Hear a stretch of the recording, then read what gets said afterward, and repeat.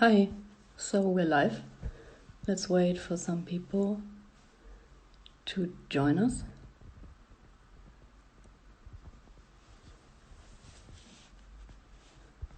Hi, Nadia. Hi. So it's 10 p.m. in Berlin. The news today, we're here to speak about post-internet art. My name is Annika. Johan König and I curate the exhibition The Artist is Online together.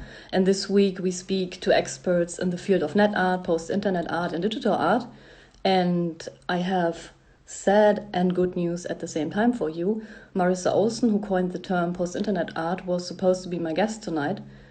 She texted me 2 hours ago and said she's sick and her internet connection is not working, so I called my friend, an important artist, Aram Bartholl, who is based in Berlin, and asked him if he is free tonight and wants me to join and share his view on post-internet art as someone who works with the internet since many, many years. So let's look if I can find Aram. There he is.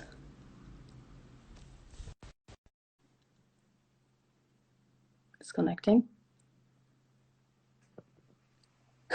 Hey. Hi, there you are. I didn't put on my headphones, but I have them here in case we need them. Okay. How are you? I'm good. How are you? Good. Thank you for joining me so very spontaneously. And the funny thing is, when I called you, I was like, well, we had this discussion about post-internet art so many times, so let's just do it for the public. Yeah, I mean, I guess most people know you. Your work is part of the group show, The Supermarket of Images, which is on view at the Jeu de Paume in Paris right now. And what else? You were part of my exhibition at the Museum of Fine Arts in Leipzig. Your work was on view at the San Francisco Museum of Modern Art last year, right? Last year, exactly. Right? You had a solo show at Röhrs and Birch in Zurich. Your work is part of the collection of the Museum of Modern Art, and so on and so on. So the list is very long. I could go on for like 10 more minutes about your work. So let's tell people about what you're doing. And I read on your website a description about your work, and you said your work questions our engagement with media. And you are an architect, actually. And then I hope it's okay that I mention it. So you're an architect, and how did that happen that you became an artist? I studied architecture in the mid-90s at the UDK Berlin at the art school. And we were quite free to experiment and to do during these architecture classes what we were interested in. So I was early on, it was like I started in 95, which that was the year when the web kind of came up and the internet was super interesting. And on the other hand, we learned to draw with paper, with pencil on paper, and then at the same time, we maybe design a house and put it in a computer game. So there's like the whole range of these techniques. And then after that school time, I graduated in 2001, and I slowly kind of moved over into art. I never worked as an architect, actually, but I mostly worked on computers. Yeah. Okay, you're going to show us some of your work later. And like mentioned before, we had the discussion about post-internet art, I think in the kitchen of your studio, of like 1.5 years ago. And post-internet art used to be a big trend when artists who were working on the internet before started producing work for the gallery space again. And how was this for you as an artist who, I mean, your topic was sort of like the internet and technology, but you always produced sort of like work for the public space or for institutions. Did this discussion affect your work? Yeah, of course. I mean, it was actually was interesting to witness all these years with this development. And I think the questions that movement kind of was posing were kind of the similar questions. And but people put me in there. Like always with these movements, no artist wants to be part of that movement. But actually, I think it's then the second. I mean, there's this question of art after the internet that what Marisa Olsen would have been talking about tonight. Yeah. like you go online, you see things, and then you make art. Like that's her take on it. And that's also part of the definition, but also I see it more like that's a specific group of artists we all know, and then also it's a certain aesthetics. And what you mentioned is also very true, that it was also particularly produced for the white cube, unlike net art or like my stuff, like the Dead Drops project with the USB key in the wall. It's like in the city, so it's nothing you particularly exhibit in a museum. But it was, I think interesting time to witness and to see these like small shows in Berlin and elsewhere, and then these famous people coming out of that over the years. I mean, the interesting part is that like in recent years, many museums all over the world started, I mean, showing exactly these things. I'm sure you you know this. I was raised on the internet in Chicago, for example, or there was the big group show, I think with 100 artists or so in Boston like 2 years ago. And now there's Jeu de Paume. I mean, it's a bit different because it's about photography, but museums started showing these artists. And what I found interesting, I mean, Omar Kolev, he curated this show. I think it was him. And when we were in your kitchen, we discussed the whole generation thing, you know. And Omar, for example, says, well, there's 3 generations of artists working with the internet. The first one is net art, second is art after the internet, and then comes post-internet art. Do you find this helpful? Well, there's always like all these many definitions. There's also many definitions and generations of net art in themselves, and then probably for post-internet also you could make up generations. I don't know. Maybe I'm in between. That's what I remember from Jörg Heiser wrote a piece for Deutschland Radio some years ago, where he also put me like kind of before the classic canon of post-internet people. I think we could divide it up. Yeah. But he called them the postmodernists of the net, right? Yeah, I don't remember the exact terms, but I reread my text about the discussion we had, and I think it was postmodernists of the net instead of post-internet art or so. And I think he mentioned you among those people. Yeah. But I have to read it again. But what I think, I mean, besides all these terms and like what is the exact like spot and when things change, etc., maybe also it needs some more time to an art historians like to analyze all that. But for me, I remember it as a very like good time to finally see like these topics be on a big stage, and like from like very small and niche, like in the media field, all this was like for a long time very niche topics, and suddenly you had like a whole movement going on, and also these questions became more mainstream. And I don't know, like the Berlin Biennale 4 years ago. 2016. This magazine Biennale, and like I think these are the peak moments of this movement, or maybe it was already over then. I don't know. I mean, it doesn't really matter. But for me, it was.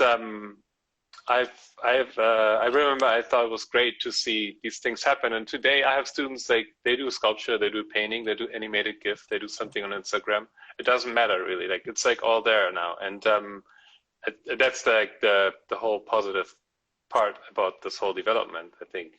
You've mentioned it. You have students. So since last October, you're a professor for new media art. Is that correct? Yeah, for like digital. I mean, it's art, and then with a digital branch on it in Hamburg at the HAW. Yeah. Yeah. Also funny. I mean, I'm based in Hamburg and Berlin, and we didn't manage to meet. In Hamburg once. since you teach here, we wanted to meet for coffee, but actually none of us had time, and now we're live on Instagram together, which is really funny. And I mean, when we were in your kitchen, you said this beautiful sentence, because when people write about art, they tend to always refer to Walter Benjamin. This sort of Yeah. always happens. And then you said the very beautiful sentence, and both of us wanted to finish the conversation at this point because everything has been said. You said Benjamin would write something completely different these days. So, I mean, do you think that the discussion digital versus analog will ever be, done? Well, probably it's going on, and at the same time, we are there. I mean, it's all digital, and we are still like humans made of flesh and blood. But you have Trump like making a tweet, and the stock market crashes, or it's like we're totally connected. So this discussion will still, needs more time. And but it's not about, is it here? Like, are we ready? I mean, it's definitely here.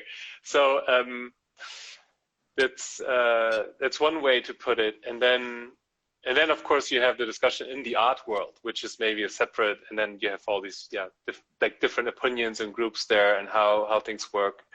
But that's maybe, I think there's a lot has been said, and people are like much more open compared to 10 years ago, 15 years ago. I remember being in shows like Group Show at Pace Gallery, which was just called Social Media. Like that was the title of the show, was like Social Media. I mean, it's kind of ridiculous in a way to call it like that, but they knew something was going on, and then there was a panel discussion. That was 2011, and you had like all these like very curious, wondering questions from that more classic audience. But I'm pretty sure we all know it's here. And then at the same time, there's this big search of like, how it's going to work? Like, what's the next thing? Like now everybody's stuck on Instagram, like the both of us. And but how it's gonna move on, or how can we break free from certain limitations we have here? I think these are like the important questions. I mean, my next question, I wrote down questions for you. My next question is about Instagram, because when I called you like an hour ago and asked you to jump on the call, and you said, well, no, but then very quickly said yes. And then you were like, wait, how does this work? How does Instagram Live work? So, and we tried it and it worked because it's super easy. But the interesting thing is that most of like the old school net artists, they sort of stay away from Instagram, like you yourself. I mean, I think you said, well, in the beginning, I'm on Instagram. Yeah, you're on Instagram, but I mean, follow me in my profile here. Then your Instagram will be bigger than your Twitter. Yeah. I mean, I don't know. I'm not doing much on Twitter anymore either. I think this is like these developments where there were moments where there was like a big rush, like, and you had to, I don't know, you didn't have to do much to gain followers. And today it's like a whole business there going on. Yeah, I'm not so interested in that anymore. But that's like these very particular like questions of these platforms, which became so big. Actually, I mean, I'm working with the students about this, and I think it's very interesting to still find ways to use it in a different way, or to break it apart and to like look at it from behind.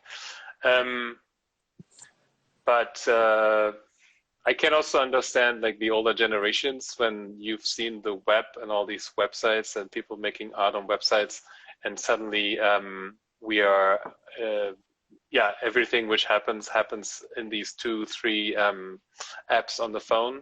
It's a whole different feeling.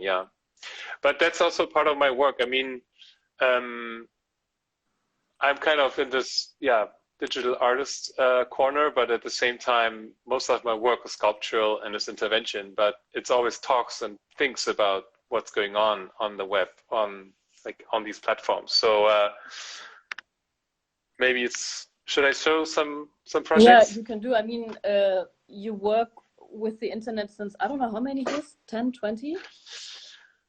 Well, yeah, after school time, like I graduated in 2001, and then first projects came up in 2002, 2003, when I was still like, oh yeah, maybe I make art. but then it was already the time, like, Yes. I started making these things. Yeah. Like 20 years. And what's interesting that you always try to look or know what's next. And you made this piece, The Perfect Beach, for this Biennale, and it reflected the selfie culture. Do you want to show us this piece? Yeah, sure. Yeah. Yeah, so this was at the Biennale in Thailand 2 years ago. Yeah, and so it's a print. It's a performance, and there's these people holding the print or performing the print on the beach, and it is already a perfect beach. It's Pranang Beach, a very famous luxury resort. It doesn't really look like this on the picture here, but this is always the case when you go to these places and there's all this promise. So the picture these two guys holding, it's from a computer desktop, like the classic desktop, and also the wallpaper people have in their living rooms is this promise of paradise and this exotic place we need to go to. In these pictures, the beaches are always empty. And also there's like weird things going on, like this palm tree from the right side kind of comes out of nowhere. Mm-hmm. So we also know these sort of pictures are photoshopped. And then I brought this to the beach in Thailand at the Biennale, which took place like on islands and on the beach and in the countryside. But people, and that was the experiment, people would just pose in front of this because that's actually where they want to go. Or I wonder about the question, like, is this the place you want to be, or are you at the right place? And of course, it's all about go to these places and post pictures on Instagram or other social media platforms. I mean, this beach, it's like one of the top #1 Instagram hotspots, right? I don't know exactly. Actually, you have to I checked the hashtag. Look this up, but it has like it seems to be it has like 20,000. Yeah. It has like a lot of hits there. Yeah, and you could tell like some of the tourists, like the European tourists, they were kind of annoyed. Like, so why do they bring this here? Like, I'm here already. Like, and then the local tourists would like pose and take pictures and find this like hilarious. Yeah, I love these photos. Yeah. But I mean, was it obvious that it's like a performance or an art piece, or were people thinking? No. No. Yeah. It was not, no. I mean, you could tell. Some people would come and ask what's going on, and there's because there was a sign like somewhere in the back which like talked about the Thailand Biennale, but that was at the opening days, and people weren't aware of. It's like it's a very busy beach during the day, and maybe some knew this was going on, but a lot didn't know. And this is also something I love to work with, like, and which is so. Where public space is so powerful that you do something in public space and you have this irritating moment, and the audience, you have like visitors of your show, but they're not voluntary there. Like, they just witness what's going on. And compared to go to a white cube or museum, you know, like, oh yeah, this is art, and so there's some dirt in the corner, so it must be art. There's a whole like different approach how we look at things, and the irritation moment is very important, I think. Do you want to show us the piece which is on the cover of your book? Because this was also part of what's the title again of the show you were part of in San Francisco? I forgot somehow. That was called oh, that's a good catch now. We both don't know? The show. Yeah, I can look it up. I even own the catalog, and I read it, the whole thing. It was a really good show, I guess. I can do a performance and drink Coke. Yeah. That's a good question. Well, it was also about photography, right? Yeah, photography, and of course now you're catching me in a... Okay, let's look at the piece, and the title will come to our mind. It was called Snap and Share. Yeah, maybe that's why we forgot it. Because it's so obvious. Yeah. It's so like social media. Yeah, so the book you were holding up has this very early iteration of the sculpture, which is now a permanent piece here in Arnsberg.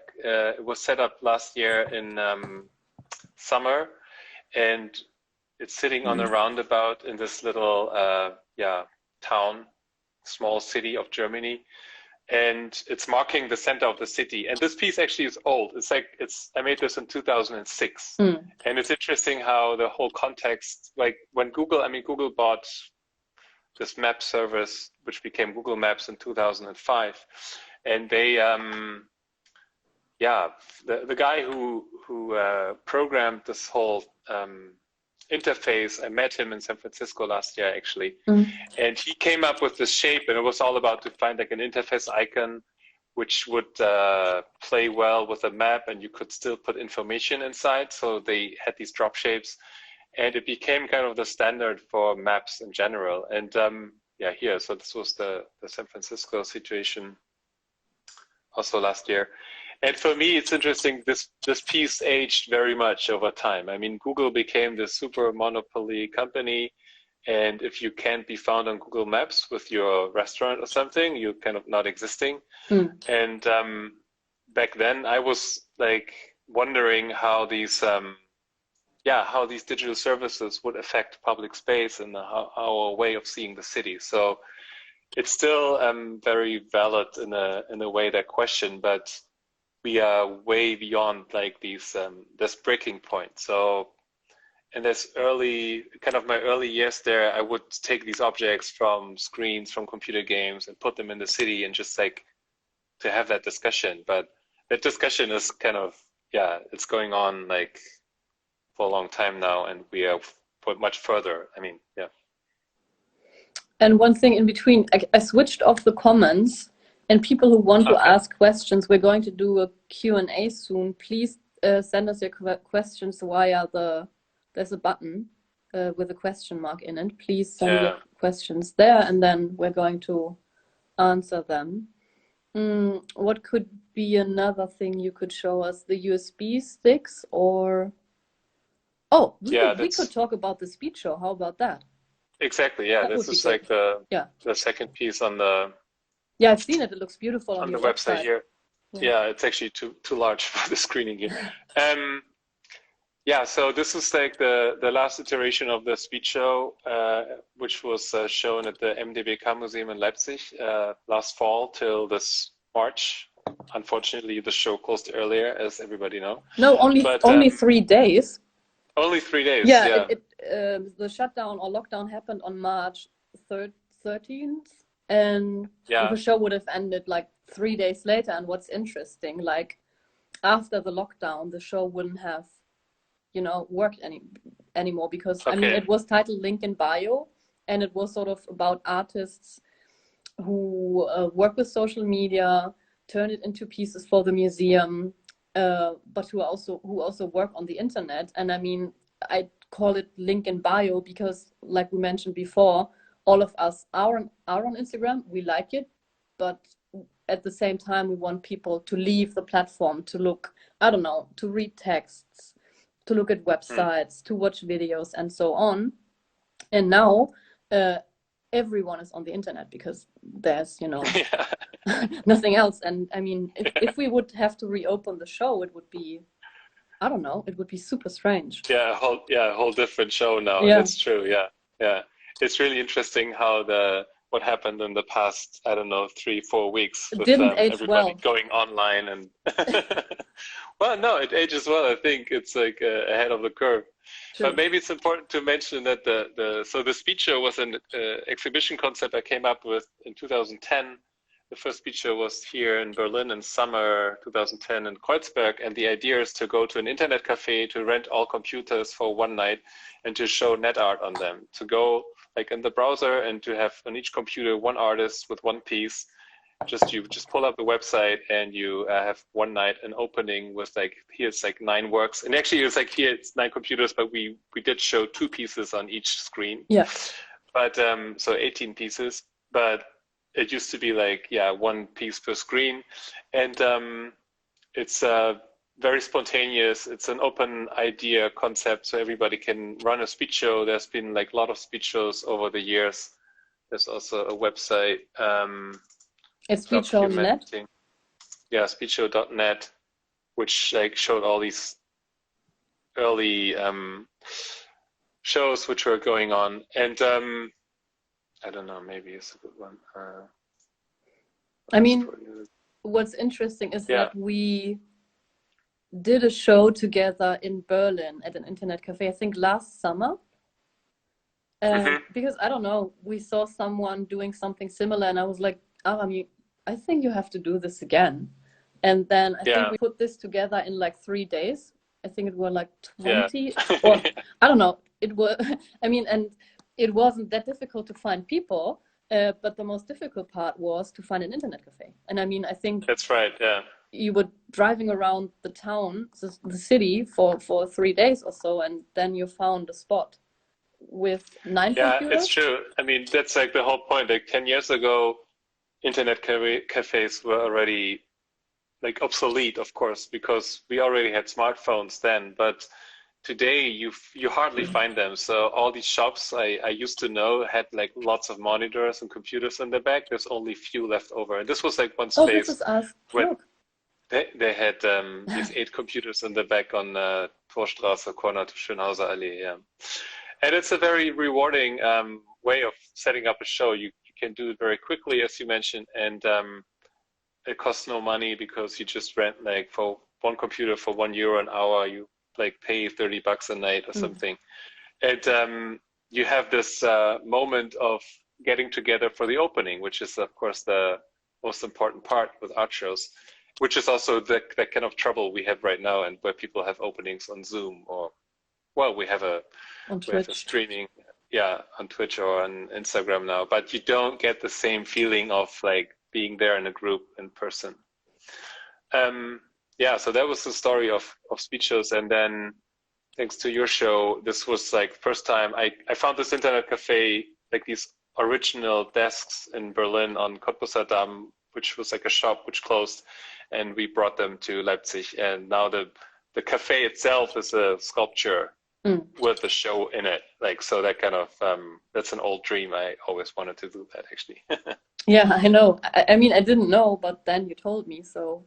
And we bought this thing, and I think when we installed the whole thing, you put a sign on somewhere there, and you wrote like not to clean it, because it's art. The cleaning personnel, they wanted to clean it. It's like it's all dirty down here. And everyone took photos. I mean, it was really sort of dirty. I cleaned it somehow. I don't know. Yeah, it was dirty. You weren't allowed to clean it, Annika. It was really dirty. But that's also part of the internet cafe. Yeah. True. It's like heavily used. Yeah, and the old monitors with like the old proportions are very important. Yeah. Okay. Should I turn the comments back on? Yeah, maybe. So people, you can send in questions or answers, and we ask you questions. Okay, let's check. A greeting from Arnsberg. Hi to Arnsberg. Hello. Okay, this is an interesting question. Please send more questions. Can you see it? Do you think you could produce artwork with colleagues or intern, whatever, while in quarantine? Well, that's like a professional question, right? That's like, of course you can do that. A lot of people doing it right now. I think it's interesting how like the demand for like online work and online interventions has been raised like crazy in the past few months. I could do it, but I'm taking it slow as well. Are you working on something, or are you busy with teaching? No, there's like some things going on, a competition and another show. But also, I mean, as you can see, most of my work is physical work. So there's a few pieces which are digital works, but I'm not like the typical net artist who has like a whole, portfolio of all these digital works. So that's why I'm also not, very much requested for that right now. But you, of course, you can also do like your performance at your home, or people do like these shows on the balcony and the shopping window, and there's other ways to do physical shows, of course. Yeah. And have you seen Olia's tweet on the sudden interest in online exhibitions? I mean, she said she's doing this since like I think more than 20 years, right? Right. Yeah, Way more than 20 years. And suddenly institutions are interested in her work. I mean, they have before, but now institutions get in touch with these net artists and send mails asking or saying, well, since Corona, blah, blah, and everything is closed, we would like you right. to. And I mean, Julia found it quite funny, I guess. Because it Yeah, that's like, yeah. but that's, I mean, this is happening, I think, in all, like in teaching or with companies, we are in a moment right now of like crisis, but at the same time, there's all this development happening. So everybody has to do like online conferencing right now. And there's many people who never done that or hesitated all the time. And suddenly it's like the only way to like go on. So that's why it generates a lot of interest in these other technologies, but also other ways of communication. So it's a motor for innovation, you could say, when you say it in a positive way. Yeah. Here's another Maybe question. Yeah. Is there an important recommendation that you give to your students and advice for young emerging artists?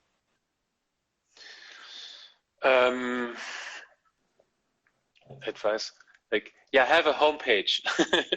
Not only like don't host your CV on Google Docs and just have like Instagram. No, but I mean, well, I think the best advice is from Notch, who is like, that's the programmer who programmed Minecraft and sold it for like a few billions. And he said like the best advice is don't take advice.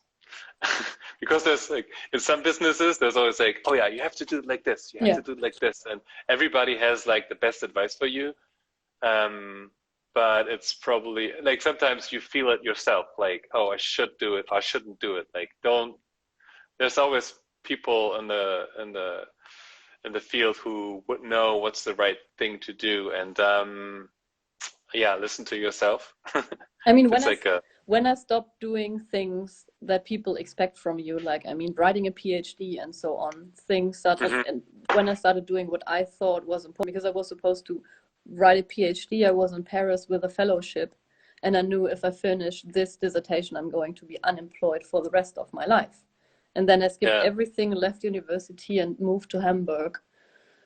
And started working in a restaurant. And then because I was active on Instagram and doing projects there, Monopol contacted me and asked me if I want to write for them. And so things came together, and I think, yeah, just do what you think is right and don't listen to people that much. But I interviewed Avery. Yeah, well, yeah, of course, it's not a good advice when you have questions. I know. I mean, like this is for a moment when like a lot of people tell you what to do, like when there's already demand. But if you're like alone and you wonder how to do it, that's like, yeah. I mean, it is. I think like another advice would be like the speech shows, for example. This was like a very spontaneous idea in 2010, and first I thought like, oh yeah, I go to Internet Cafe, and we were in this Fat Lab art collective online, and I'm like, I put pictures on our computers, and then I say we had an art show in an Internet Cafe, and then I was like, oh no, that's too good. I just make the art show, and like, oh, who's curating it? I curated myself. So it's like, just come up with stuff and just make it. Like, don't wait for like the important people to come to you, and you have to go to all these events and then meet the right people. Just like make it work, like make things you want to do, and like try to find ways also with materials, like, oh yeah, I want to do like a large sculpture of bronze, it's gonna cost me like 10,000 of whatever, I cannot do it. Like, make things which are accessible. I mean, well, people know these kind of recommendations, I guess, but to stay with you and to go for spontaneous decisions sometimes, maybe. Yeah, that's good advice. And what just came to my mind, I spoke with Avery Singer, the painter, who's now represented by Hauser and Wirth, and I interviewed her for Kunstforum, the German art forum. And this was also my last question. What's your advice for young artists? And she just said, be brave, be honest, be tough, because people will find out if you're afraid, if you're not honest. And the world is tough, so be prepared for this. People are not nice. Yeah. Yeah. Yeah, that also makes sense, of course. But she said she lives in New York, and in New York, you learn to be tough. So yeah. Yeah. Oh, my friend Miriam. Hi, Miriam. Thank you for joining in, as always. Are there unrealized projects that you wish you had done but have lost their relevance due to the rapid development of the digital platforms? Oh, wow. That's a good one. Yeah, of course, there's like unfinished things. Yeah. I cannot talk about them. Maybe they will still happen. No, but yeah, of course, there's some ideas where, like, by the time you, if I would, I cannot do them now anymore. I mean, for example, there's like the Utah teapot. That's like for 3D designers is something people know. Like, it's like the first 3D model, which was like programmed by a coder in 1970 something in Utah at the university, and it's like this classic teapot, like with whatever polygon lines, and it became this default rendering object in very famous 3D programs over the years. So you would just click and you had the teapot and you could see all the shading and the glossiness and all these things. And there was a moment, like, it never happened, but there was a moment to make this like from like shiny metal outdoor, etc., like as a large project. And well, I also think like right now maybe it's not the time to do this anymore. Like sometimes you have these projects and then they didn't work out, and maybe it's also better. You can't really tell if it's like it's gonna work out before you make it. That's also another experience. And then, for example, with the Internet Cafe, we just looked at, and like there's this old idea from a long time ago. Oh, one day I'm gonna move this to the museum, and it just takes time. And then it happens. I mean, when you have the vision for it, it also happens.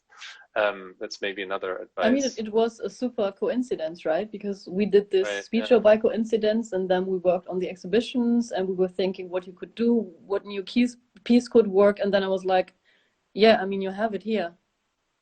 It's perfect. Yeah. So it already fits. Yeah. So wait, let's take. Hi, Manuel. Yeah, this talk series happens because Johan and I curate the exhibition series The Artist is Online, and the first thing we launched is a solo show by Manuel Rossner. It's a digital exhibition. You can visit it via an app called König Gallery, German. So you can find it on the App Store and in the Google Play Store. Miriam says, thank you for answering her question. Oh, there's so many questions. Wait. Okay. But we do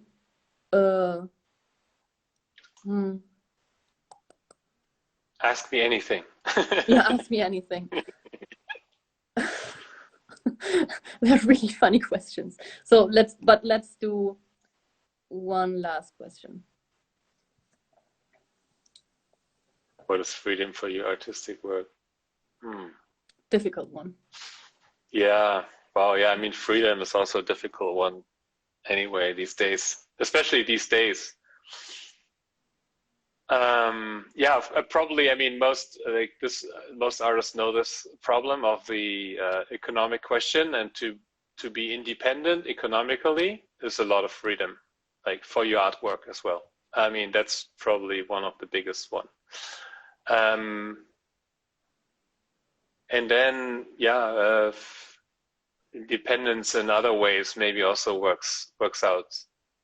But I would say that's like the most important one. If you figure out a way to be economically like not depending too much on art, or not depending on art, but making art, it's a tricky thing. We all know this, and it takes time, and it's a long game, and not a fun game always.